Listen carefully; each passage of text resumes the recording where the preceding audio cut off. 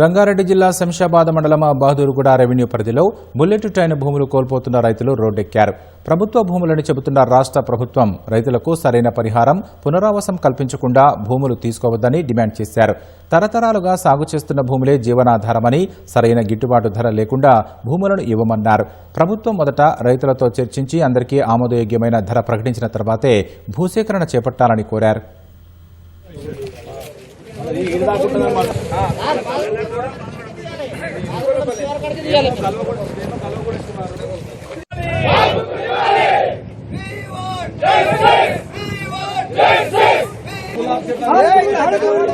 వాళ్ళు ఈ విధంగా మార్కింగ్ ఇచ్చుకుంటా ప్రజలను కూడా భయభ్రాంతాలకు గురి చేస్తున్నారు. ఇదంతా తీసుకోవచ్చు కదా సార్. ఇప్పుడు ఎయిర్పోర్ట్ దగ్గర అంటే ఇది అంతా 111 జీవోలో ఉంది. మరి తీసుకోవచ్చు కదా. ఇది దాదాపుగా 150 ఎకరాల ఫామ్ ఇది కేఎల్ఆర్ది.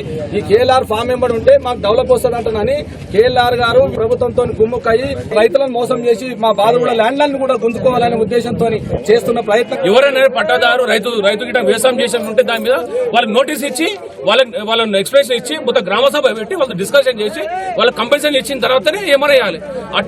ఎటువంటి నోటీస్ లేకుండా హైదరాబాద్ బండ్లు పంపించి మొత్తం నిన్న ఎంఆర్ఓ వచ్చా మొత్తం తిరిగి ఆయనకి ఎంఆర్కి ఏమవసరం లేదు.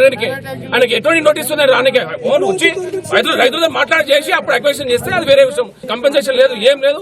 ఇష్టం వచ్చినట్టు దౌర్జన్యం చేసి మా ప్రభుత్వం మాది ఉందని చెప్పేసి ఇదంతా ఎమ్మెల్యే గారు కానీ పక్కన ఉన్న కేఎల్ఆర్ గారు కానీ మొత్తం ఇంటెన్షన్ చేస్తారు. ఇదంతా